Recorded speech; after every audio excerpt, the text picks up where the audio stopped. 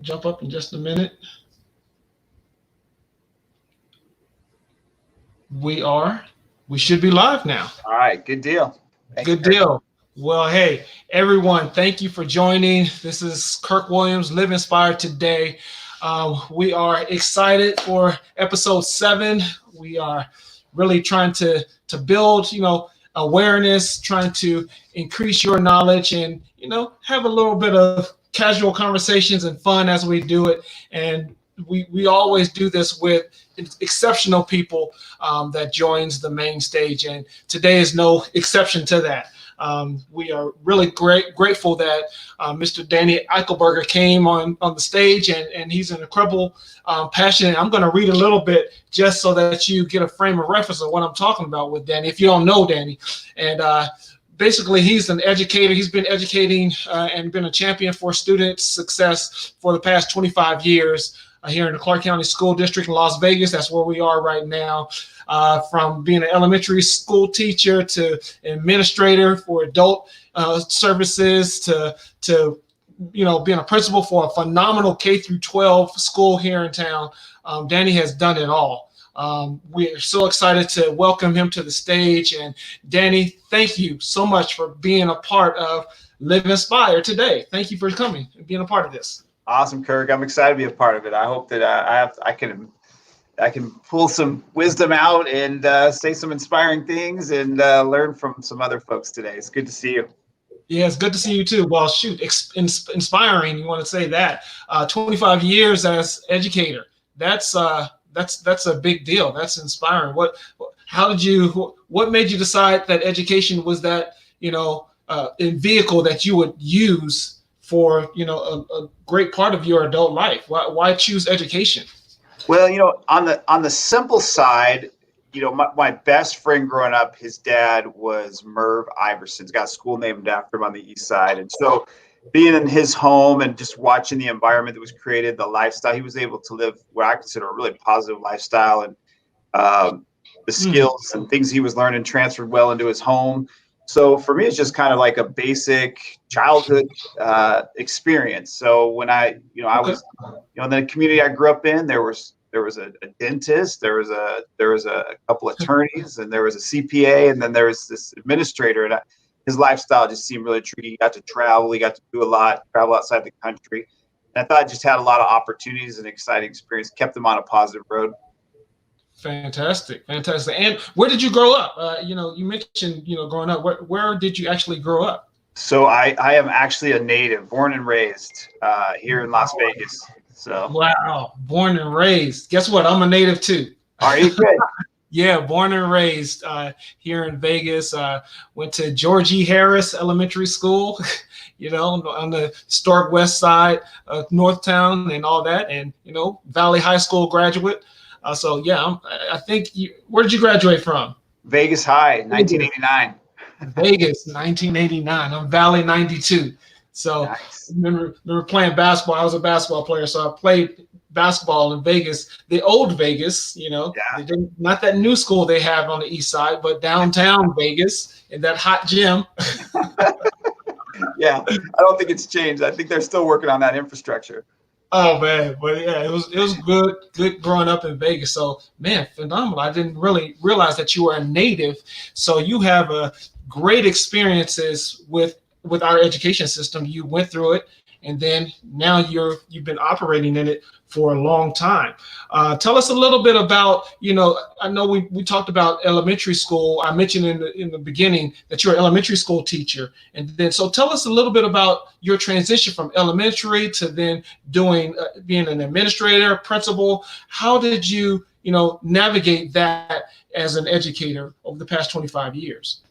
Yeah, I was always inspired. My favorite age group, and that's why I kind of went into teaching. I love fifth graders. I feel like fifth graders, I was being super specific. I felt like a guy coming into education in the early 90s. I feel like we had a little bit of, we could kind of belly up to the table and had a little bit of choice. I feel like we were a rare commodity back then, not as much so now, but and in elementary, I love fifth grade. Fifth graders just seemed to they were with it. They had a good sense of humor. They were adventurous. They wanted to take on challenges. They were athletic. So you could do a lot with fifth grade. So it just sort of started as like passion for like, oh, I like that age group.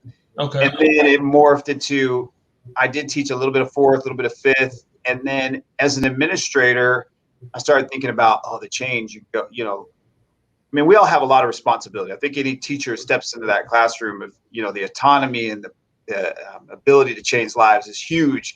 It sort of crafts a little bit differently as an administrator, but I always just wanted to be an elementary principal. But then when I went into administration and I came up through education service division, there was just a huge need. And I think my personality probably morphed into probably being just as good or better for older students. High school, probably, I was kind of pushed a lot into that direction. Then I got there, I really liked it.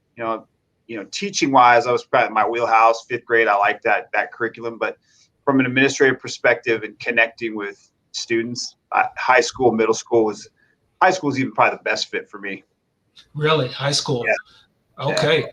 Yeah. I know when we met, I met you, and I was part of the UNLV Gear Up program, and you were at West Prep Academy.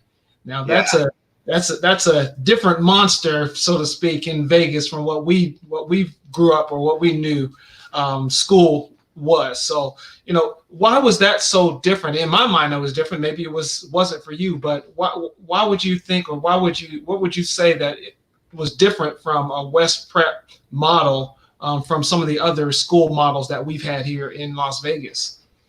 Yeah, no, there's so much. I don't want to eat up too much time. There's so much that goes into answer that question for me. I mean, being a Vegas local, coming back, I mean, I was, grew up on the east side, Nelson, Sahara area, went to Lower Deering, Cyril Winger, coming back and trying to learn a community, those communities might as well have been a million miles apart for even come back to Vegas. So for me, it was a whole new learning curve. I like the challenge of, to me, it was like you're trying to create Camelot, something amazing in a neighborhood that has struggled, that has had at-risk behaviors and has had sometimes insurmountable odds against them. So to me, I thought, as a local, I can maybe come in here and create something and attract people to this, to kind of build on what had been done before me. So for me, it was like a great honor. To me, I thought for as far as challenges and what I want to do in my career, like West Prep was like, wow, that challenge was like, that mountain was high. And I loved taking it on and having the opportunity. And it just lent a lot to my strengths. I'd say, elementary, I had the background, so I was comfortable in that. High school, I knew those requirements. Middle school was probably the biggest struggle for me. It was just, I had my least amount of experience. And I think that's where some of that took a little bit of growth to get comfortable in my skin there. But I loved the challenge. It was amazing. You always feel like you can do it bigger, better, and faster. And everybody there, you feel like you need to have it every day. So it was a really fast pace for me, like super fast. I get you. I understand that. But you did a phenomenal job. West Prep was something that was new, and growing up in that neighborhood in historic West Las Vegas, I appreciated what you brought to the table, what you brought to a neighborhood, to a community. And every time I walked on the campus, you were there, you were supportive, you were involved with your students and with the teachers, with the staff. You were all over the place. You were everywhere. And I really appreciate it because you were present. I think that was one of the great things I can remember as we worked through those programs over there. You were present, you were involved. And I think as an inspirational leader, as someone that people can follow, I think that model, by being present, is something that's incredible and is still needed even in this environment that we're in right now, I would say. What do you think? Yeah, I think, there's some challenges. There's nuances. In my current experience, I'm in Summerlin. I'm at Goolsby Elementary. It's the highest rated 5-star in the district. So it's the learning curve is so different. Like, it's just such a different experience. But I would agree with you. The nuances of what certain communities need it can be very different. And so, having to learn a whole new system, I would agree with you. But the one common thing is that you're never going to not have struggles. You're going to have some different challenges at different schools that are going to be needed. But, and what we're dealing with now, I'll talk twofold. I think I don't want to conflate the two, but we're dealing with this virus, which has obviously changed the way teachers do business. I look at West Prep; they already deployed. Oh shoot! Last I checked, 1,500 Chromebooks. So it's a different game. I mean, you're really having just the hands-on. That kind of work is it encumbers so much, and it takes a toll on that team. I mean, here we've probably given out at Goolsby's 50 Chromebooks. So I mean, that's a different workload already. So already you're diving deeper into the work and the instruction, whereas and I think a lot of those things, I always felt really well supported at West Prep, but I felt like people understood the amount of work that happened before you ever got to something creative. So my hat's off to everybody. And I think Monica Lang is over there now. Okay. And she's in that work and she's deep in it. So my heart goes to her and the support, because I just know the workload that goes there. But the challenges are different here. The magnifying glass is on like these really microcosms of growth. Like people are looking, they know, like, oh, right now, like your science scores, you might have the super highest math or English scores, but hey, what are you going to do to address science? Like science dip. So people see these little, these little pockets of things, and you're going, that's the team. You're getting together and trying to figure out and solve a problem. West Prep, I think, was really good about helping me see not problems, but solutions. Just like everything has something at first, as a young administrator, like those stressors are like, oh, what do I do about this?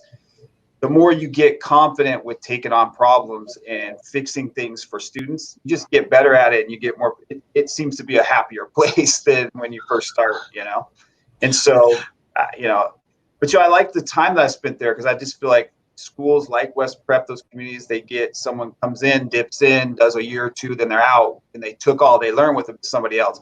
I feel like I was able to sit in that position long enough to take what I've learned and push it back into the students and the community. So, time was, it's not always on our side, but there I felt like I had enough time to do some great things. Well, that's really important and really good for someone else to hear that there are going to be some times where you're going to grow. There are going to be some times that you need to just continue to do the work. And there is, it gets easier, it gets better,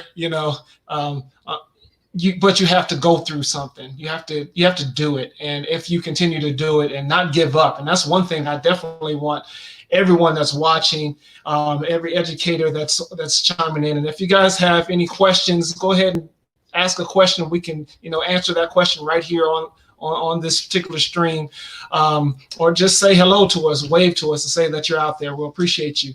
But I think that I want everyone to understand that you don't give up. If you're doing this kind of work, it's important, it's necessary. Our kids, our teachers, they all need, our communities need you, and your work is important. Just don't give up. It might be hard, but I would just encourage you, don't give up, and it gets better as you go through it, and then you also have supports. Like Danny is a great support, great mentor, someone that you can reach out to. I would definitely imagine. Yeah, absolutely. Yeah. And, I think for you and me, I mean, we've seen the trajectory of this district. We don't like where we're at statistically in the nation. And, we're not in the business of making excuses. I mean, obviously there are things that work for us and against us. Like I said, I feel like Vegas is super supportive. I've never felt not supported as an educator. Sometimes my biggest thing was to be prepared when somebody had an offer or wanted to bring assistance to the school. I had to tailor a message that would optimize their energy and put them into the school in a way that didn't waste their time, that would maximize, because there are resources and they're pouring in. And so our job was to make sure that we were just use them effectively. It was a good return on investment. Sometimes we nailed it, and you were a big part of that, helping us in so many ways with the work we did with Gear Up. We were able to do great things and have prepared that school to be successful. I mean, as silly as it sounds, but like upgrading the Wi-Fi, if you don't have an upgraded Wi-Fi with the economy that we're walking into right now, you're done. You might be setting kids back quite a ways now. I mean, think about it now. People at first like Wi-Fi will upgrade. Well, if we had not upgraded that Wi-Fi, we wouldn't even be we would not be in the position we're in today in those schools. So just like that kind of support, being ready for when somebody has an offer to help you. I think you have just intelligently designing a response that makes people feel good about what they're contributing to the school. I mean, that's our goal, for I think just of us growing up here is be ready, because there are people ready to help, but we just have to be ready to accept and know how to channel that energy. I agree 100%. And I remember that that Wi-Fi upgrade, man. It was interesting because it was challenging. Like you're saying, people are like, well, why do we need to upgrade this Wi-Fi? Why do we need to do that? I don't think we need to do that. I don't think it's going to cost us too much to do that, but it was something necessary. And like you said, given the environment that we are in right now, wow, that set us up so that today the school could be beneficial. Because what would have happened if we didn't do anything right now? Where would those kids be? Where would that school be if they didn't have that Wi-Fi upgrade when we were able to accomplish that? Yeah, and I think a lot of our students they didn't have access to Wi-Fi all day. So if they had a lot of students, they might have access to a smartphone or a computer or a Chromebook now, these 1,500, 1,800 that they just put out in the community. They can still be near the school. They can link in. The way that we set that up, every teacher, every student, we're a one-to-one school. Everybody could be on, and every student could have been on with a personal device if the teacher was allowing it, and we weren't going to overstress the system.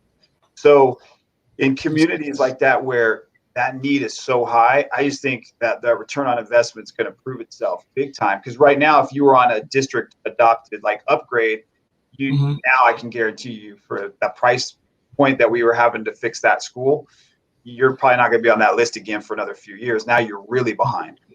Wow.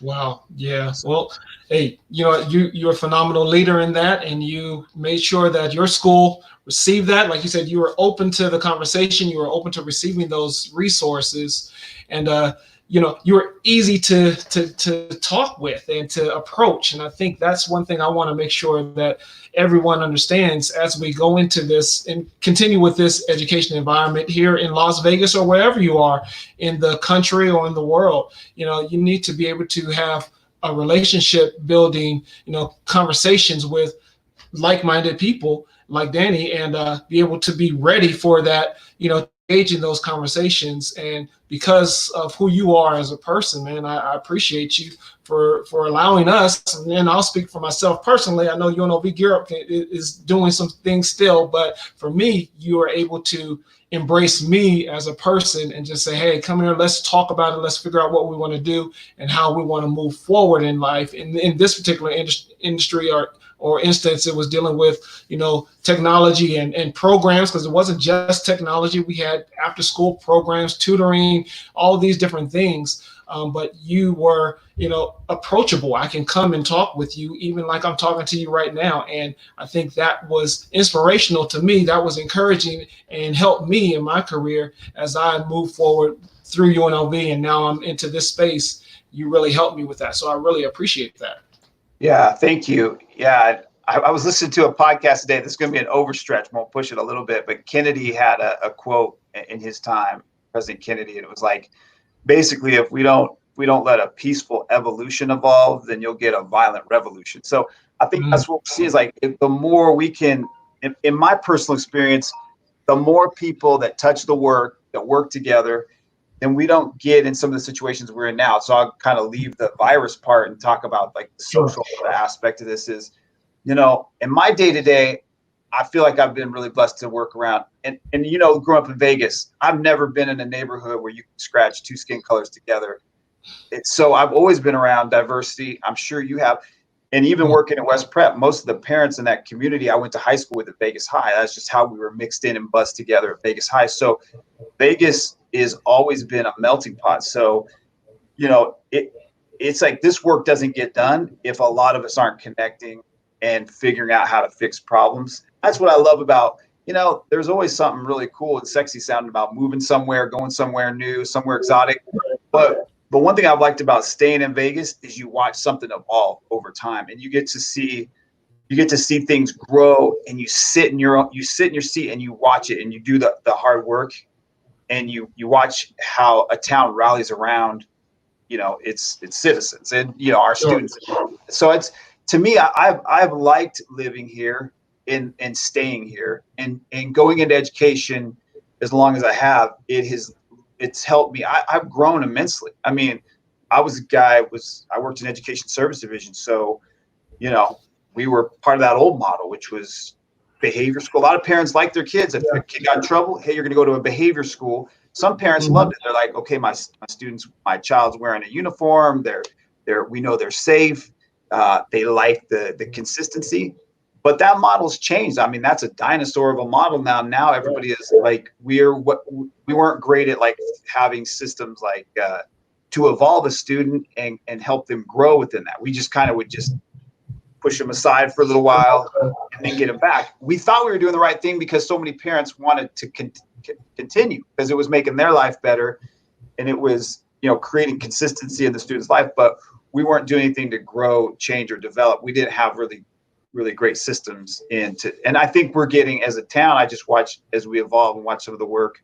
It's much more evolved. Like everyone has, in your school with that multi-tiered systems of support, you're starting to see people gather around the idea. And I never thought that those ideas were divided along racial lines. Sometimes I feel like it was divided along generations. Some people have an idea about how students are to be looked at, addressed, disciplined. How do you grow a student? I think the disparity was really in generations, not so much along racial lines. So a lot of the stuff that we're seeing today, I try to stay off social media a little bit because it's so the disparity between what people say and feel really is, in my experience in Vegas. I don't know if we're just a different species, but that is not my experience, is having this discord among races at a degree that seems to be on social media. I feel like this town has got a much more evolved approach about how do we help each other, how do we move this thing, take responsibility for it. I don't know. That's my feeling, is that we've got so much. The bones of the structure of how we're doing things here is really good. And I think, if you lived here for a while, like my father-in-law looks at me sometimes, he's like, how come you guys haven't fixed that district yet? And how come you're not higher up? And I know he's being just stubborn with me, and I get that from someone that's lived here locally. You're like, why are we not there yet? And you don't want to hide behind excuses like, oh, did you know the transiency rate? Do you know that? I mean, at some point you have to sit down and own it. And that's what I mean by living here, is see the problems. You can't hide behind them. You have to get out in front of them and address them day by day. And this work's not for the lighthearted. You gotta kind of be in the work and not. And I think that the fact that guys like you and me sticking around and being a familiar face, I think it helps students. Yeah, I agree with you. I definitely agree with you. And since we're on that topic, I just want to ask you, what are a few strategies or a few things that we can do as a district, we can do, or even individual schools, principals? What are some things that we can do to, push that needle forward? Yes, here in Vegas, Clark County, we are, considered one of the poorest, as far as, graduation rates and all these different things, these education, pointers. What could we do? What should we do? And how do we do them in this environment, in this COVID-19 environment, in this social distrust environment? How do we do that now? What are some strategies that you think might work for us in the next months or so as we transition out of, we are still in social distancing. So as we change, how we approach education, what are some strategies that you think we can benefit from? Well, I was a little pessimistic about it at first, just because I feel like I'm an old dog that needs to learn a new trick, so what I've noticed, though, just even the transition from March till now I'm an administrator over ESY. So this particular ESY, we're servicing our special education students, some of our most at risk. And I literally am watching teachers go 3 hours deep straight with a student that's coded for autism and really short attention span. And I'm going, how is this possible? Like, this is the ultimate test of distance learning. And I'm seeing how absolutely caring and nuanced this instruction is going. And I'm watching very, very amazing instruction going on, and be able to and that's a team effort. That's just not a teacher sitting by a computer. That's like the parents involved. There's a one-to-one aide, there's teachers. So there's a lot of energy and effort going into this. And I think it can be done. There's a lot of platforms that we're having to, we're having to bone up and instruct teachers on the best, and we're just sharing those strategies for how to use engaging learning opportunities in it. I mean, after a while, it's only going to have so much flavor. After a while, at some point, we got to be in front of students. So Right. I think, and not if I was playing king for the day, I mean, we really have to have a nuanced approach about how different schools engage students. I think we should give a little bit more autonomy, because some student in communities are going to need more one-to-one, and they're going to need, and maybe they're going to have a different approach to it that just looks at a little one size fits all. Seems a little bit, and again, those are tough decisions. I'm not commenting on our superintendent or that. I just think if different communities could look at it a little bit differently and start to craft a little slightly different plan that would meet the needs of those communities, because everyone's different. The minute you think you understand what a community needs, and you and I know from being good listeners or trying to be, you're going to find an angle and a blind spot that you hadn't even thought of. And so, I feel for our current superintendent, because I can't imagine the amount of voices that are in his head, and it's very hard to probably clear a path for what's best for this amount of students. But if we could break off some more autonomy to each schools, as was anticipated in the law, minus the not overfilling the healthcare system because we're being careless. I mean, I'm talking about that. I'm just talking about the way we structure the day. If that could be a little bit more freely structured, I think we do have great opportunities for distance learning.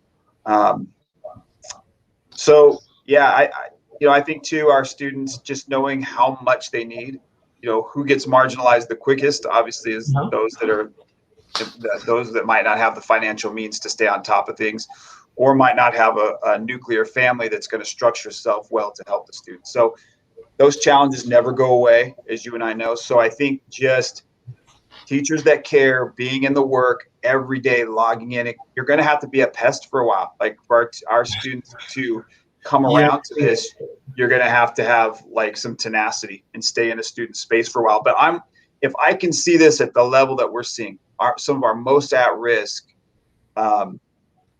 students with autism taking 3 hours of instruction. I mean, there's breaks in there. It gives me hope that whatever level of distance learning we have to do, we can get to a place where we're doing it at a pretty phenomenal level. That's great. Those great words. Thank you for sharing that information. And again, man, thank you so much for being here. One thing I want to, as we continue or start to wrap it up, you mentioned I watched a clip, and you were doing I don't know if it was a speech or you were just doing a talk, and you mentioned this quote. You said that if you aim at nothing, you will hit it. So tell me a little bit about this particular quote, because you brought it up, and what would you think? How could we apply that to education in general here in Las Vegas, in our county? We have so many things that we have to deal with. But tell me what you would say if someone brought this quote to you: if you aim at nothing, you will hit it. How does that translate to us here in Las Vegas, or in education period? Well, I think that for me, from a leadership perspective, and what I do is super important, right? We always talk about leading with the why. Why do we do this? I try to be really almost redundant about, because we all are experiencing so much from the outside, that if you don't remind people constantly about the work you're currently involved in, and why you got to this place, and why you're doing it, and why it's, from a leadership perspective, collaborating with your team, why you have decided this is the most high leverage goal that you need to engage your team in, because there's a lot of time, money, and energy that goes into education. It's overwhelming. I take that responsibility of how much money, community money, how much time, energy your staff is getting poured into making the fixes, making the changes. You feel like an ultimate responsibility. So to say, if you aim at nothing, you'll hit it. If you don't really have a clear-cut plan, and you have not articulated it, and people aren't aware of it, you're going to get scattered results. And I've been the recipient of both, when I haven't led with great direction, and then when I've had just absolute laser focus, what you can produce. Because most people don't want to get up every day and feel loose about what they're doing. They want a sense of direction. I do. And we quickly get inundated with so many goals that we can't even fathom it. You start to like give up. You go, okay, how many things are we going to throw at this? So I think really chiseling down your goals to 2 or 3 goals that are going to have the highest impact to students and clear everything out. That, that's where we got to be bold with each other, is just saying, hey, look, where you're trying to take me right now isn't really even not our combined goal. It's not even what we started. So I think you got to call each other out on it too. And that's where, getting everything else, if it gets loose, then you really are. You just, you're going to give each other a bunch of pat on the backs. And we all know we're working hard. We care about kids. Mm-hmm. It's what are you going to do to like channel that energy and get the greatest impact. And so when it's done and it's done masterfully, it's the best. Who wouldn't want to be involved with that? None of us would ever want to retire. We just keep working, Sure. But that's what makes us live with passion and kind of keeping with your theme. Like, to me, living inspired is, hey, I've really channeled an energy that we all believe in. And that it becomes undeniable. It's like a truth. You go, if we all look at this data together and none of us are really going to veer from it because we all see it in real time, and it becomes universal. It's like a truth. You just go, okay, I know what our focus is now, and I don't have to guess anymore, and I can get behind this man, this woman, this person. It just kind of weeds out all the junk. And that's a good thing about education. It's the great truth teller, because it'll tell you exactly what you have to do. It doesn't play favorites. Absolutely. Phenomenal, man. And I appreciate that. And you are an inspiration to me again. And I thank you so much for being here.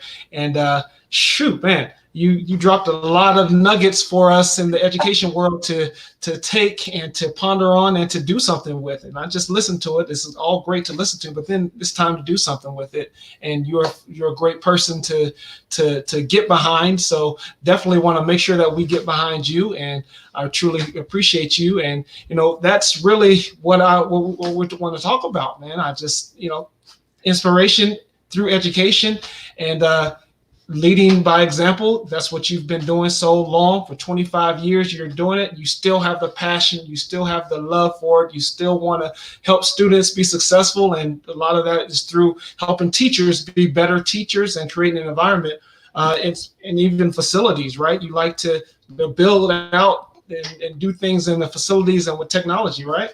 Yeah, absolutely. So thank you so much, Danny. Hey, everyone, Danny Eichelberger, he is a phenomenal, inspirational educator, veteran, and we truly appreciate you being on the show, and hope you enjoyed it, and hope you'll come back sometime so we can talk it up a little bit more. And I just, I have education is key on my shirt for a reason. I truly believe that, and I'd love to have even more conversation with you. Hey, thanks. Friends for life, man. We can stay in this game for a long time. I appreciate you. Locals. I like it. That's right. We are locals, born and raised, and still here, right? Still working for our communities. So again, Danny, thank you very much. Everyone, thank you guys for joining us here on Live Inspired today. And check in with us again on our YouTube channel. If you want to just listen to our podcast, we're on Anchor, Spotify, SoundCloud, all those things. And we also have a book club coming up this coming Wednesday. We'll be previewing, I believe it's called Think About It. Think About It. That's right. Something to Think About. Excuse me. Sorry, Johnny. Johnny Williams is the author of that one. Something to Think About. We'll do a book review of that coming up Wednesday. But until then, everyone, we always ask you to be encouraged, stay positive, and live inspired, because you can be an inspiration to someone else and bring them up. And just want to say God bless you. Thank you for joining us. Danny, thank you. Appreciate you, man. Thanks a lot, Kirk. Talk to you soon. All right. We'll talk to you guys soon. Thanks a lot, Danny. Take care. See you later.